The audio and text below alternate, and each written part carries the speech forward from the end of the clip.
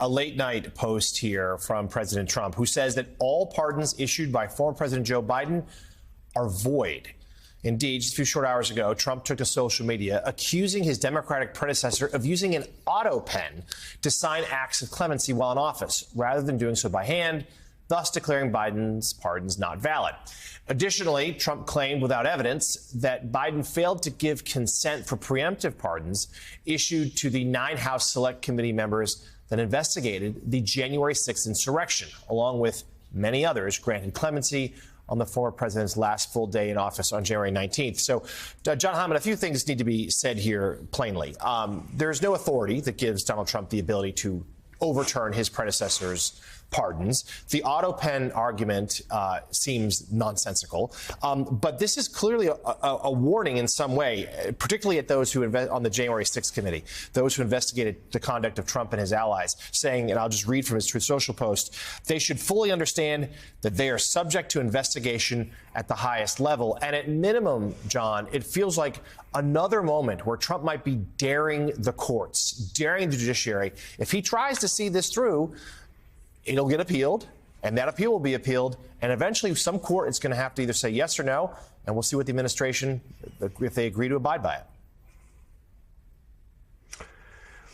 Yeah, John, there's so, as you said, there are many points to be made here, and it would almost be a joke if it weren't so kind of horrifying.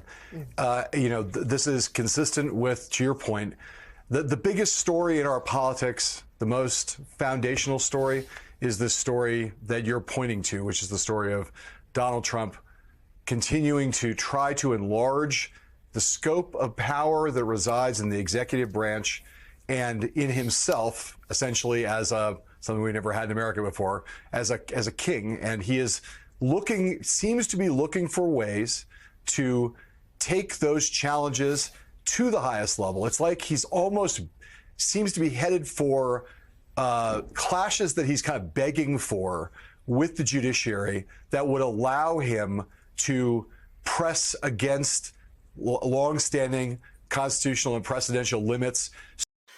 This year just keeps getting crazier and crazier, but I absolutely love it, and I am here for it. And another move that is sure to resonate in a positive way with Donald Trump's base, MAGA, if you will. Donald Trump has just taken to social media and declared Joe Biden's sweeping pardons of officials who committed questionable acts and made questionable decisions constantly during the Biden administration are null and void. Basically, Trump is arguing, as you saw in the video that preceded this, that Joe Biden used an auto pen. You know that thing where you just hit a button and it automatically signs for you?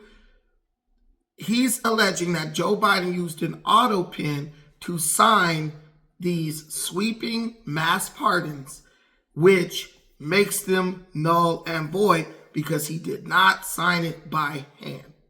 Right? Now, MSNBC, never failing to be biased, they only highlighted a certain section of Trump's post. Donald Trump later on in the post, if you had a chance to pause and read it, he makes it very clear that Joe Biden had no knowledge of these pardons. He alleges that basically Joe Biden's staff decided to pardon these people, Anthony Fauci, the January 6th committee, and others, without Joe Biden's knowledge. And it makes sense to me because has there ever been a time in history where a president did such sweeping, massive pardons in such a short span of time? I understand Joe Biden pardoning Hunter. I really don't understand Joe Biden pardoning Liz Cheney or Anthony Fauci or any of these other people who were named in these pardons. My question is, if you did nothing wrong and you truly believe that what you did was in the best interest of the American people, why do you need a pardon? If it were me, I would say, don't pardon me. If he wants to take me to court, take me to court, and I'm going to win in a landslide and then sue the Trump administration. The only time a person needs a pardon is if they know they've done something wrong. And on top of that, they haven't been convicted of anything. So why were they so certain that they were going to be put on trial, or that there was a chance that they could be brought up on charges, prosecuted, if they did nothing wrong? Another thing is Joe Biden was in cognitive decline for his entire presidency. There were many things that were going on behind the scenes that later on came to light that people to this day question whether Joe Biden made decisions on them. Some of the appointments of Joe Biden, people who were appointed and then basically had to resign in disgrace. I mean, Joe might have his limitations. Joe might have his opinions, but I really could not see Joe Biden, being a politician for over 30 years, making some of the appointments that he made, making some of the decisions that he made. They just were not characteristic of old Sleepy Joe. So Trump believes, and I believe more people than Trump, me as well, Trump believes that Joe Biden basically had a staff that was making decisions without his consent. And I'm not going to lie, when you look at the evidence and when you look at what occurred during Biden's administration, it's not beyond the realm of possibility. Let's just say that and leave it there. But Donald Trump is going to challenge long-standing precedent. But if you ask me, this is exactly what the American people have been asking for. The American people in the last presidential election made it clear we are tired of the same business as usual approach to American politics, especially in the executive branch known as, the presidency. We want someone who's going to shake things up. We want someone who's going to challenge the long-standing precedent. And what's crazy is the Democrats or the liberals who want to pack the court, they want to codify Roe v. Wade, right? So many things they want to do. They want to challenge Donald Trump at every turn. They were cheering for the prosecution of a political opponent by the Biden administration.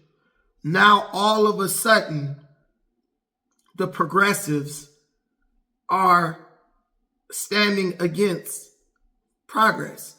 The change agents, in quotes, are standing against change, which only proves what we've already known for some time.